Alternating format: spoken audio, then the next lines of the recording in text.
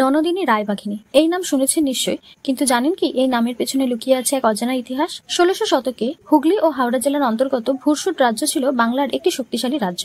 এই রাজ্যে রানী ছিলেন ভবশঙ্করী, একজন অসাধারণ যোদ্ধা। তার বীরত্বে মুগ্ধ হয়ে রাজা রুদ্রনারায়ণ তাকে বিবাহ করেন। রাজার মৃত্যুর পর রাজ্যের দায়িত্ব এসে পড়ে রানী ভবশঙ্করীর ওপর। কিন্তু এই সময়েই পাঠান সর্দার ওসমান খান মোগল সম্রাটের বিরুদ্ধে বিদ্রোহ করে এবং রানীর সাহায্য চায়।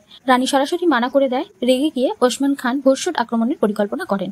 ওসমান খানের সেনারা হিন্দু সন্ন্যাসী, ব্যবসায়ী আর ফকিরের ছদ্মবেশে ভুরসুট রাজ্যে ঢোকে, কিন্তু আমতা দুর্গের গোয়েন্দারা তাদের চিনতে পেরে রানীকে সতর্ক করে। রানী উল্টে ফাঁদ পাতলেন। তিনি সেনাদের জঙ্গলে লুকিয়ে রাখেন এবং নিজে পূজায় বসেন, কিন্তু সেই পূজার আসনেই ছিল এক ভয়ঙ্কর ফাঁদ। গভীর রাতে যখন পাঠান সেনারা মন্দির আক্রমণ করে, তখনই রানীর সেনারা তাদের ঘিরে ফেলে। তুমুল যুদ্ধ শুরু হয়। রানী আসনের নিচ থেকে তরবারি বের করে পাঠান সেনাকে খণ্ড বিখণ্ড করেন। সেখানে ওসমান খানও নিহত হন। তার বীরত্বের কথা বাংলার ঘরে ঘরে ছড়িয়ে পড়ে। তার সাহসের জন্যই তাকে রায়বাঘিনী উপাধি দেওয়া